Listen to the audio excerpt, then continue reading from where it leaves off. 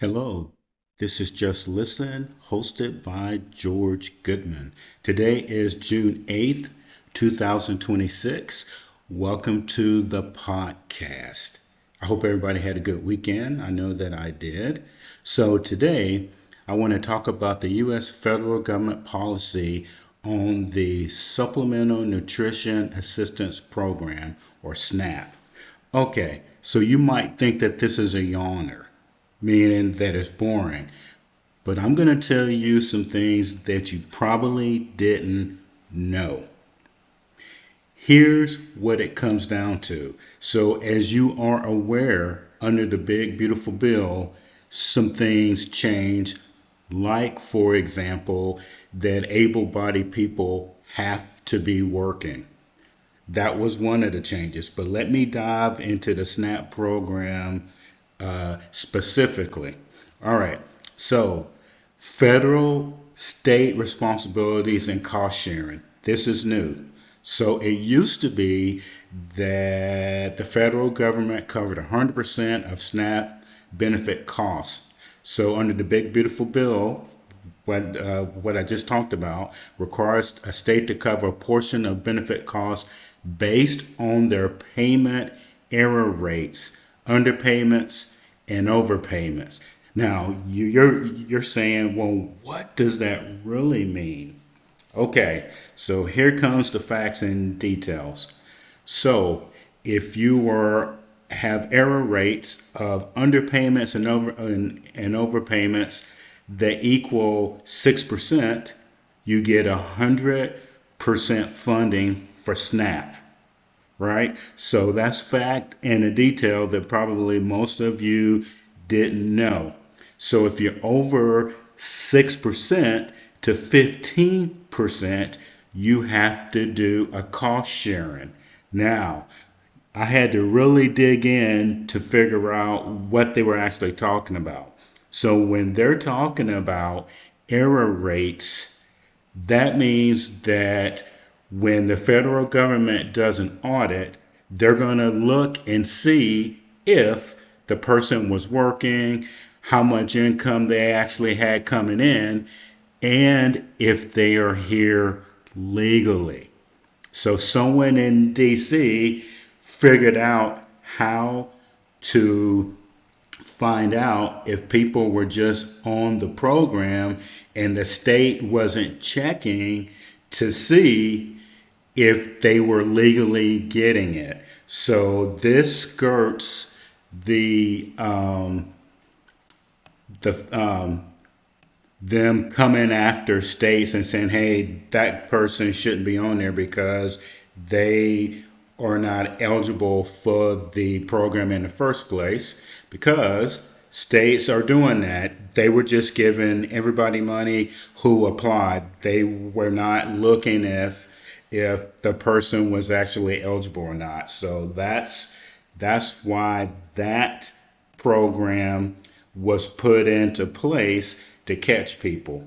All right. So the other thing too for SNAP, baseline eligibility rules. Remember, I said income limits. Federal government sets the baseline limits for households, typically capping gross monthly income at or below 130% of the federal poverty line. Now, I've been talking about that federal poverty line, and what I've told you in the past is still true. If you are making any kind of income, you get absolutely nothing. And to tell you the truth, we need to really look at that, because people who are just barely making it and working their butts off need to get some kind of income from the SNAP. SNAP spends billions of dollars a year, and it also incentivizes people not to want to work in the first place. But based on what I told you earlier, the federal government is only concerned that people who are getting it are in fact not here illegally. That's why they threw that rule in there. All right. Also, You have federal law mandates that able-bodied adults without dependents participate in work requirements to receive benefits. These requirements have expanded to include individuals ages 55 to 64, older teenagers in high school, veterans, and individuals experiencing homelessness. So this actually is a good thing because if you think about veterans, maybe they got out, they had hard luck, and now they're homeless. This makes them eligible to get benefits because in the past they were overlooked big time. All right. So those are the changes. And so there is a administration from the federal government and the state government, and they're going to do audits and see who's getting in and who's not. So if you're following the rules and you're at 6% or below, you get the full SNAP benefits from the federal government. And probably none of you knew that because the soundbite always says, oh my God, they're taking it away from everybody. And that's not true. They are taking it away if the states are not managing who gets it in the first place. Now, let's look at Illinois. All right. So there is a lawsuit from 21 states, including Illinois, talking about SNAP and the requirements for people to get it. So, since I'm in Illinois, I'll talk about Illinois. So, work requirements. Recipients subject to work rules can only receive benefits for 3 months in a 3-year period unless they are actively working, volunteering, or enrolled in a training program.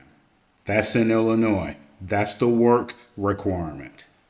Non-citizen eligibility. Federal changes have removed SNAP eligibility for most lawfully present immigrants granted humanitarian protection. Eligibility is primarily restricted to lawful permanent residents, green card holders with at least 5 years U.S., Cuban, Haitian immigrants, and COFA residents. All right.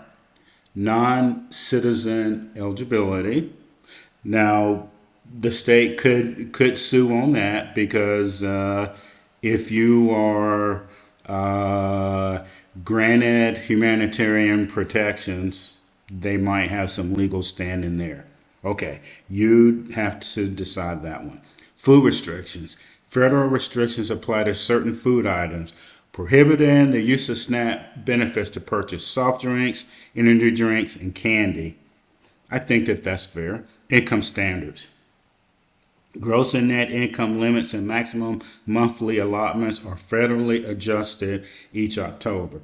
But the one that they're in court about is the non-citizen eligibility. So the courts, like I always tell you guys, if people don't like a law, they can work through the legal system and see if it is constitutionally correct. And so that's why people shouldn't get all upset about it because the courts will weigh in and tell you what the law says. And that's what matters. Okay, so I got that done in 9 minutes. And SNAP is a very important program. And I told you what the changes were. And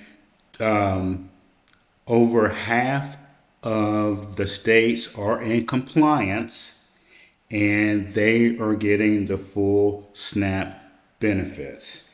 And the rest of them are taking their grievances through the court system and they will be mitigated. So tell me what you think and have a great day. And we will talk to you next time. Have a great day.